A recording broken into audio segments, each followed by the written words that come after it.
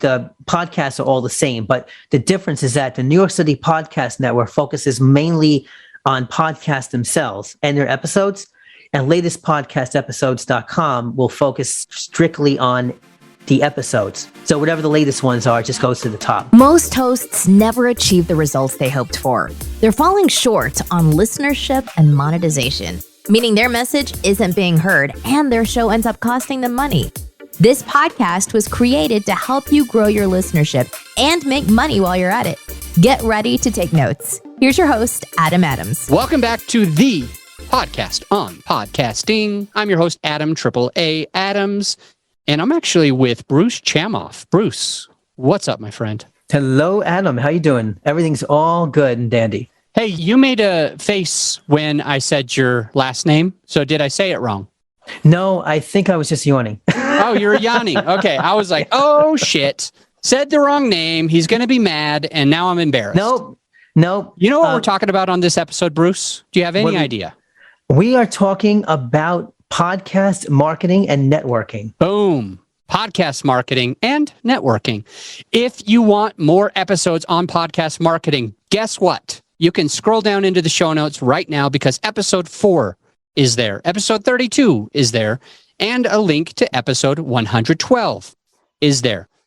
Because you know what? I haven't said this in quite some time. So I will mention that the first 6 episodes of this podcast is a short version of the basics that you need in order to be a podcaster. So it takes you from finding your avatar to monetizing to marketing all the way through the end of the process. So definitely want to listen through episodes 1 through 6, but specifically if we're talking about marketing a podcast, episode 4, episode 32, and then episode 112, all those links are already down in the show notes.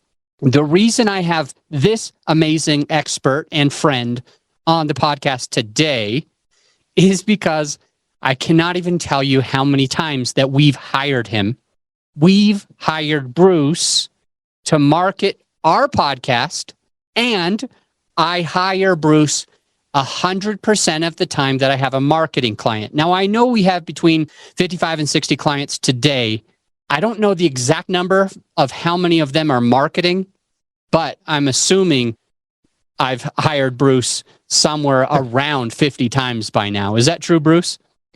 Something like that, yeah. I mean, it's crazy. I lost count. I have definitely lost count. I would have to pull it back up. But Bruce does something interesting. If you listen to some of those other episodes, you'll hear stuff about Facebook ads. You'll hear stuff about getting your podcast on other people's blogs. You'll also hear how important it is to go to a podcast network where there's a lot of listeners who come to find new podcasts. They already listen to podcasts and they want to be able to find another podcast to listen to. And so they go to these networks. This is one of the main places that I get all of our marketing clients to be. Number one, because I think that for the money, Bruce is incredible. What he provides, the value is just out the roof. And so it's obvious that I'm always going to hire Bruce. So you should too. Basically, what he will do is he will get your podcast on his platform in many different places. I'm going to turn it over to him and just let him share why did he create it? That's number one, Bruce. Write this down. Write it down. Why did he create this platform? Number 2, how does it work? You're writing this down, right? I am not, but I will memorize it. You said it before we started recording. Yeah, you forget a lot of stuff. All right. You got a good point there. All right. So, why, what, and how? How about that? Why, what, and then how? Got it. I'll type it in for you. Go ahead, Mr. Oh, and he's got a podcast, which is already in the show notes. So you've got a link to his show. It's literally called Become a Successful Podcaster. So if you want to become a successful podcaster, there is an easy transition to which podcast you should listen to with Bruce Chamoff. That was a huge intro. I'm sorry. It's your turn, sir. I really appreciate that intro, Adam. And I will answer the 3 questions. Why, what, and how? Well, first of all, I'll say this. I built that podcast network in 2005, and it's so hard to believe how long it's been. When I found out about podcasting, I was in a bookstore, actually, Barnes & Noble, and I didn't take podcasting seriously. I don't think anybody did back in 2005. But I saw that book. It was a silver book written by Todd Cochrane, who owns the Blubrry network that a lot of people know. And I said, okay, there's a book about this. This has got to be going somewhere. So I bought the book, didn't even think twice, read it from cover to cover, and started my podcast literally about a week later. And it never takes me that long. I mean, I always take much longer to read books. So this one, I was more excited. I put my podcast out there, followed everything that was in that book. And I'm a musician, right? So I wanted to help other musicians get noticed, take their music, push them out to other people. And my first podcast was called Fresh Music Series, which every episode had one of my original songs. And then I found other people to do the same, to actually give me their music. I made the contact form and everybody started submitting their music. Did a little marketing around only Long Island, which is where I live. So for those people that don't know, Long Island it's a cocktail. It's a cocktail. Yes, it's iced tea. But it's that little peninsula that juts out to the east of New York City. And I swear, I tell people I'm from Long Island, where's that? I'm like, well, Jerry Seinfeld, Billy Joel, I mean, all these people are from Long Island. So I created the Long Island Podcast Network. And believe it or not, I was just shocked how fast it grew. Back then, there was no Facebook, there was no social media. I just did as much search engine optimization that I could, as the way SEO was back in 2005. And people found us. I was really shocked that I did something very well on Google. And after that, I just realized, why am I limiting this to just music? I'm sure there are people out there that love sports, entertainment, comedy, you know, the whole thing. And I just decided, let me build a website. And I didn't know it was called the Podcast Network yet. Let me build a website where I can actually take multiple podcasters and put them all on one website and push them. And then I just do the marketing and I charge them and whatever, right? And that grew into 20 podcasts at that time. And what was interesting about that was I actually got the attention of Newsday, who was the big newspaper back in Long Island, and they sent a photographer to my house. So after that article came out, a month later, I got even more podcasters signing up. It was just like I hit something that I didn't realize was actually out there, some kind of success. And I still didn't call it, I didn't know what to call it in the beginning. Do I call it a podcast directory? But I liked the term podcast network because it reminded me of a TV network. Now, since that year, there are hundreds of podcast networks out there. But I tell you this, I believe that I'm the single person who started that term, podcast network, because nobody was calling it a podcast network back then. Nobody was even doing podcasting all that much back then. And I believe I created the first podcast network. So I'm happy about that. Wait. Go ahead.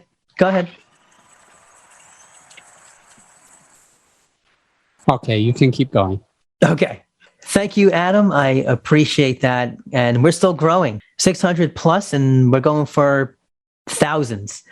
So that's pretty much, we're looking to expand with all types of features to market the podcasters that are on our network. And it just grows from there. And that's pretty much why I started it. That's cool. You are also doing some analytics on there too. So like, I know that you're doing some analytics. So maybe we could talk about that in a little bit. So that's basically the why. You started it, because it didn't exist. You thought it should exist. You loved it. You read this book by Todd Cochrane and you were inspired. You started your own and you wanted to connect with others. Exactly. What is the thing about, like, for example, I guess what I should say is, I'm a listener who is a podcaster. I'm hearing you now. Sell me on why should I put my podcast as another part of these 600 already listed podcasts. Because of marketing. We handle a lot of the marketing ourselves, but we also encourage the podcasters through all types of features. Like we talked about the new voting system that's coming up in 2022. We just do our best to get people, both podcasters and just podcast listeners, to the network so they discover new podcasts. Okay. So if we want to be discovered, that's why we should join your network, just be discovered by more people. Yes. And we're always building tools. Also, out of curiosity, because I haven't used this feature and regretfully, I don't know if it exists, but is there also like connecting with other podcast hosts by being part of your network? We are thinking about that as well. Oh, okay. Okay. So building the community to be more engageable, I guess, or more connectable, if those are words, actually. Yeah, because right now we don't have that mechanism, but we do have a mailing list that we do send to our podcast community every 2 weeks because we don't want to spam everybody. So we do an email blast twice a month. And the one thing we're going to do right now is the voting system. So hopefully that will make people's podcasts even more discoverable by sending, because podcasters are going to have an incentive to rise in the ranks, in the leadership, in the leaderboard. So that's going to be interesting. And then we're going to hopefully do more of a social network. I want to go into the how, if you don't mind. If I cut you off, let me know and you can finish your statement. I apologize if I did though. Did I? Nope, we're good. Oh, okay. So let's go into the how. And by how, what I want you to answer specifically is like, I'm a listener who has a podcast, or I'm about to start a podcast. And right now it doesn't really make sense to me. How would I become a member? How would I get my podcast on there? Can you just share the process of that? Sure. So on the upper right-hand corner of every webpage, we push that it's a free sign up. And free is you get what you pay for. But when people click that free link, they fill the form out. They give us the information that we need to get the podcast up and running with a dedicated page on our network. Now, with a free listing, you still come up in search results, but you come up lower in the search results. If somebody is looking for a podcast or even an episode that your keyword is unique, you come up, obviously, with nobody else competing with you. But what we do on our search results is we push the podcast themselves first and then the actual episodes. So there's two types of search results going on. And our search is probably our second most visited page on our search results on our network, minus the homepage. So and we track all the keywords that people, just like Google does, we track all the keywords that people enter into the system. Now we know what the most sought out keywords are. And what I always tell podcasters is this: you have to keep up with the current events and the current news. Honestly, I see people already searching for Omicron. And here we are, the Omicron variant just started rearing its ugly face this past week. So now people are looking for episodes with that. Okay, if there's a particular politician, and I won't mention politics, but if there's a politician that's making waves, there's always a podcast episode that goes up. So I always tell people, you'll get more people noticing your podcast when you have an episode that goes with the trends. And it doesn't matter what type of podcast you are. We have health, we have religion, we have business, technology, sports, whatever it is, find a way to make your episode work with what's going on in the news right now. If there's a new coronavirus variant out there, have an episode on it, and everybody can podcast about that. Besides that, when they come to our network, we do give them the chance to upgrade, and all of your podcasters are upgraded. So with the upgrades, we give them higher placements, right? We give them more higher placement both on the podcast directory, the search results, and we put their episodes on the homepage. So there's a lot of places that we push the premium level podcasters, and then we get them more exposure and more followers that way. So actually on this podcast, and I think it was probably on it might have been on episode 4 and 32 and 112, to be honest. I might have mentioned you, although not by name. Mm-hmm. I might have mentioned like that we hire you on all of those episodes because we've been working with you for a long time. Yeah. I don't even know when we started, but it's been a minute. I've mentioned you before. And when I mention you, either to one of our prospective clients that are asking if they should work with us, I still talk about you. I always say 100% of the time, we're always going to get you on this one network. And when we do that, this is just my understanding, and I just want you to correct me. All I want you to do is slap me in the face and say, Adam, that's not quite exactly how it works. Okay. And just tell us how it works. Because this is what I have been telling my clients and even sharing on those episodes that I mentioned before, is that when we get a client that we're trying to market and promote, I always, 100% of the time, like we're doing Facebook ads for them. We're always doing private message campaigns for them. We're always getting them on other people's blogs. We're always doing email, like marketing by connecting with other people with email lists that might have the same avatar. And then we just pay them to send out like 6 emails to their list. So it's a warm email. We're not like buying emails. That'll get you banned fast. So we're actually connecting with people that already have that list. And I tell them that we get them on your podcast network. And when I say it, this is what I say we do. I say, generally, almost every podcast is in 3 categories. Like generally, when you have a podcast, you're able to be in 3 categories or subcategories. For example, something like business and entrepreneurship, which is the subcategory for business. And let's just pretend it's education or marketing. Okay. So your podcast is already going to be in 3 categories. And so when I hire Bruce, or technically Jerisa does it for me, my teammate, my right-hand gal, when we hire you, she makes sure that all of our clients are in at least those 3 places, whatever 3 categories they're already in, so that it's easily searchable. And then there's 2 more. We always try to get on like the featured section, which I think is your homepage. And we always try to get them in the professional podcast section so that they're really showing up in 5 places. And we pay just a little extra to make sure that that's happening for all of our clients. Yes. Can you correct me now? Can you correct me? Is that where we're putting all of the things? Yes, but even more places. Okay. So you're partly right. It's like a I yes said, and. Yes, Don't and. say yes, but. Yes, but makes me feel sad and I'm crying. But yes, and there's more. Someone else corrected me on that a couple of years ago. It's funny. You must know that person. Yes, and I'll say this, that we also do place higher, the professional listings, we do place higher in search results. And we also just like, we treat the professional listings completely like king, like gold, because obviously they're supporting us and we want to support them and give something back. I mean, obviously, it's hey, you pay for the service and we render the service, but I don't look at it like that. I think I want to treat you the way you deserve to be treated, where you're supporting me.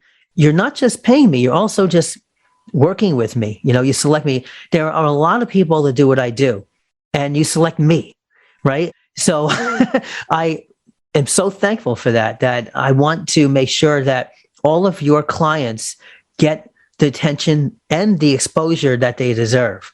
And everything that we launch, and we're always trying to launch new features on our website, on our network, we always give to the professional listings first, the professional podcasters. So it's very important. So you are partly right. And it's not just the homepage or the directory, it's search results, it's the category listings, and any other web page that we come out with in the future. It always gives the most attention to those types of professional podcasts. Yeah. Cool. Hey, I need you to explain one additional thing. Sure. Because I know that the women that I serve as our marketing clients, for a fact, you've been, without even charging me, which is amazing, thank you, you've been adding them to another network, haven't you? Yes. Can you talk to us a little bit about what that network is, how it works, and maybe even like the URL to find it? Yes. So it is called the Media Girl Network, and it's exactly that. It's a podcast network specifically for female podcasters. And that idea came to me from my partner, my domestic partner. Her name is Megan, and she does a lot of the podcasts with me on my podcast. It does a lot of the episodes. She found that, first of all, when she met me, she didn't know anything about podcasting. And then when she finally got into it, she became so big on LinkedIn that a lot of the female broadcasters and podcasters, they asked her, they said, you had this podcast. I'm on this female podcast. Do you have any plans of just launching that? And she came to me and I said, without even thinking, yes, we're going to do it. So it is a free service for everybody, the free and the premium listings on my podcast network. And the data is the same. We push the data over. It's a little bit less beefed up than our podcast network because it's more of a, here's the link, here's your Apple Podcast, your Spotify, your Google Play, all that. And then that's it. So it's really a good way of grouping. And we notice that there are a lot of female podcast networks out there. We already have 600 and a good, I would say 30% are females. So I figure, hey, we're already in a position to compete with them. And why not? Why am I going to charge you twice? Just being on my first podcast network is payment enough. And I'm just grateful for that. So cool. I give back. That's so cool. And so what's the link? Like, how do we find that? MediaGirlNetwork.com. Boom. I love it. MediaGirlNetwork.com. And the other one I know it's New York City Podcast Network, but I'm not clear if that's the actual link to find it. Can you tell us that one? NYCPodcastNetwork.com. Okay. NYCPodcastNetwork.com. Do you have any plans, Bruce, of taking this network and taking out the New York City and making it like the national podcast network or the global?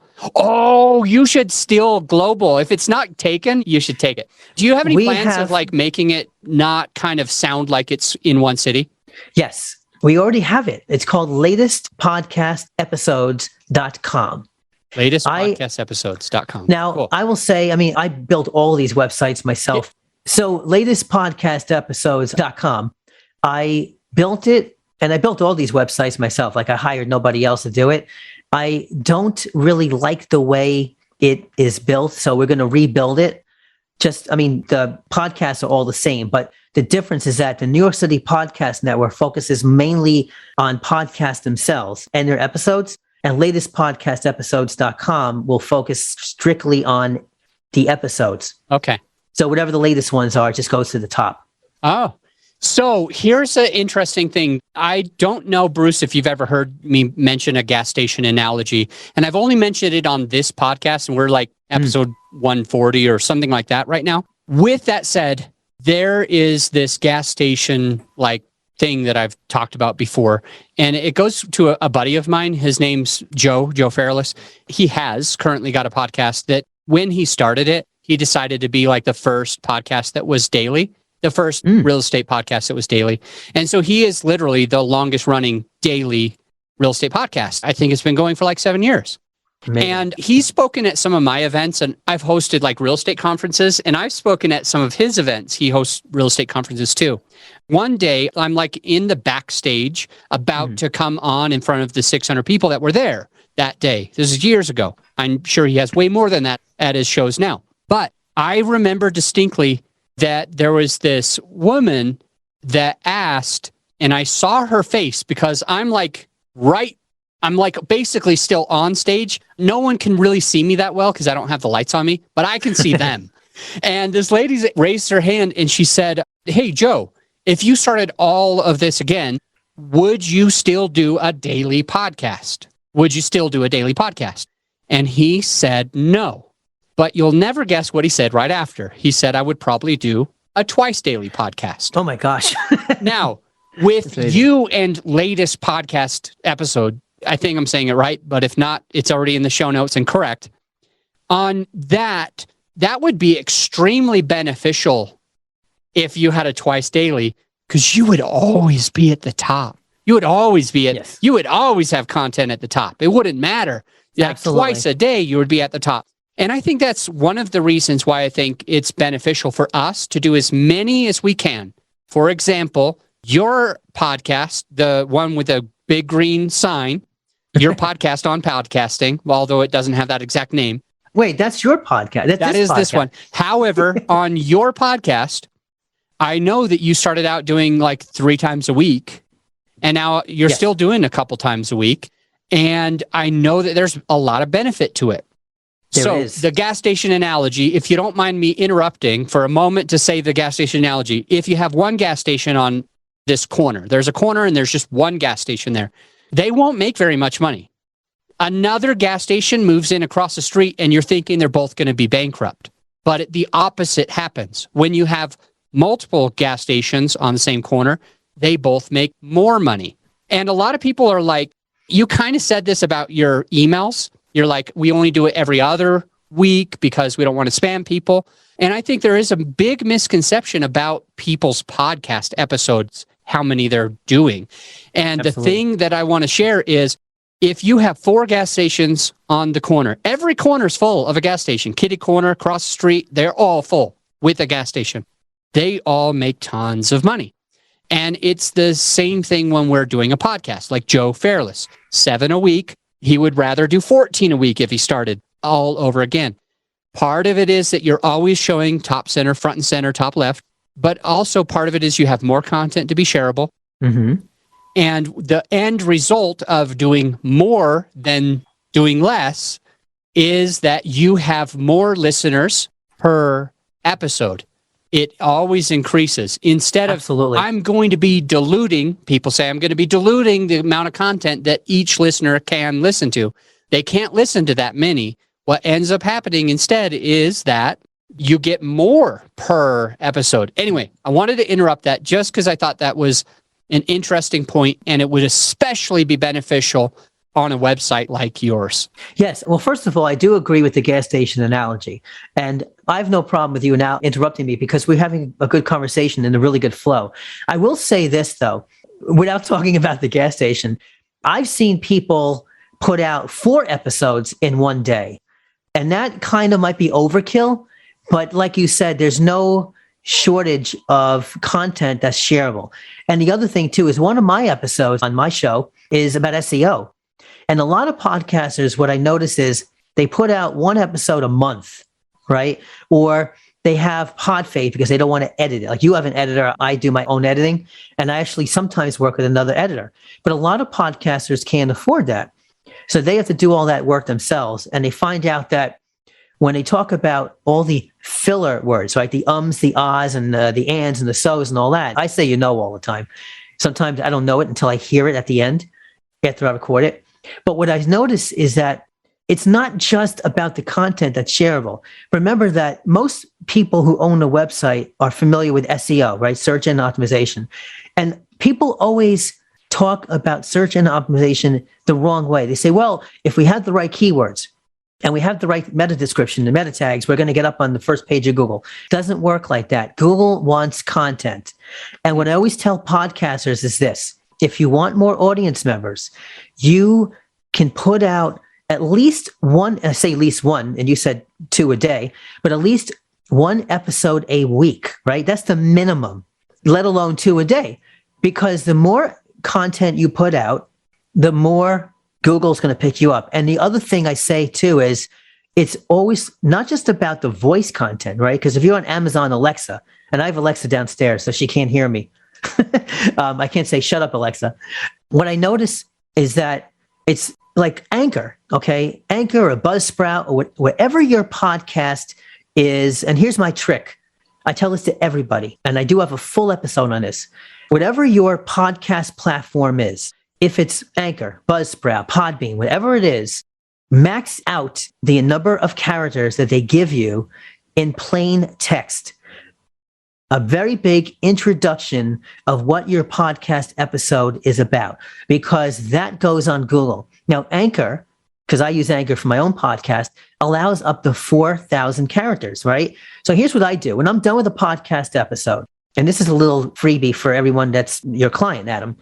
When you are finished with an episode and it's ready to go up on whatever platform it is, walk around with your phone, hold your phone up, and talk about what your podcast is and just ramble. Don't worry about not repeating anything, just ramble on, because you're eventually going, and this is what I do, I just ramble on.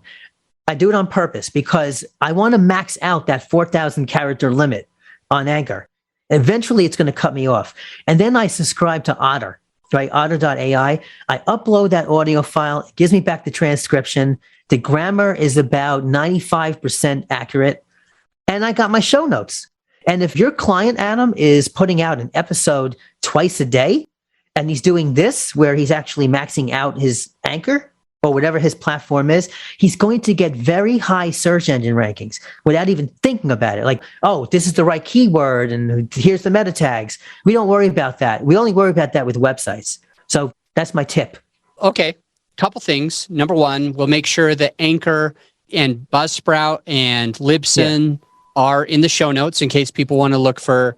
And we really like working with Buzzsprout and Libsyn. Like when we edit other people's podcasts and produce it, we really enjoy those two platforms a lot. That's good. But Anchor, I think, is free.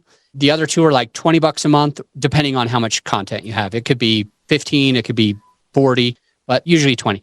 We'll also put Otter, I think you said .ai, in the show notes as a way to transcribe. What I'm curious about on this, about the 4,000 characters. Number one, Adam Adams is clueless to how many words or sentences or paragraphs would be 4,000 characters. I'm not sure, and I don't know how many minutes it would take you to ramble and transcribe it into Otter to be the right amount. Is it a 1-minute ramble, a 2-minute ramble, a 10-minute ramble, a 30-minute ramble? And second follow-up question. So first one is, how long is the ramble? Second one, I'm curious if it's what is the podcast itself about, or if it's what is the podcast episode, the current episode about. Can you answer those two questions? How long is the ramble, and is it the podcast itself or the episode? Absolutely. And the first question, the answer I've struggled with a lot, because when I say I ramble, I don't ramble that long. I talk for about 2 minutes. And I thought that, 2 minutes was going to be 4,000 characters. You're right. You can't really count. You don't want to count, right? So 2 minutes gives me about 1,000 words. 1,000 characters. So I would say between 5 to 8 minutes, depending on how fast or slow. Okay. Yeah. Okay. And it's not bad. I mean, it's not bad. I mean, 8 minutes is nothing. Walk around, hold your phone, and then upload to Otter. All right. And then the second part of the question. And for the second question is it about the episode or the podcast itself? It's technically about both, because you never know where a new listener is going to come in to your podcast, like which episode. So the first thing I always tell people is talk about your podcast briefly for about 1 to 2 minutes, and that gives you about 1,000 characters, and then talk for about 5 minutes about your episode. And hopefully you'll get the rest of those 4,000 characters. So yes, both. Out of curiosity, this is your exact show notes, or you write some show notes and then you add this just under the show notes for the SEO? One thing I notice is that people don't really read the show notes. Okay, so I don't really worry about what's in my show notes, except for maybe some grammar. But I think that the show notes are very important for search engine optimization, not for human beings, right? Because normally people just click the play button. Okay. So max out whatever you can, and don't worry about what they look like. Okay. I'm going to say, if my team starts doing more of this for our clients, if we do, I'm going to keep with the 6-part show note system that we already have, because it's legit. And then we might just add at the end, we might add some type of additional script about what that is. Maybe we'll use Otter. Maybe we'll use something like that. But that's valuable. It is coming to the time that we should be ending this episode, because my listener only has so much time. So we won't make them listen for 3 or 4 hours. But there's already been tons of value. And one of the big quotes that I got, I've got a couple quotes. I like Google wants content. They're not really looking for all of the specific meta tags and using the right words that are searchable keywords, but they really love and appreciate, and it sounds like they boost up for their search engine optimization, those people who are putting out content more regularly. So you said at a minimum 1 episode per week, and it can just get better the more, 4 episodes a week, 5 episodes, 2 episodes a day. So just the more, the merrier. as far as supporting Google. So Google wants content. The other one that I had written down before was you'll get more traction by podcasting about current trends. Yes. Whoa, this is crazy because Adam Adams always says, make sure your episodes are, what's the word for it? Evergreen. I live in conifer. Yes. I live in conifer.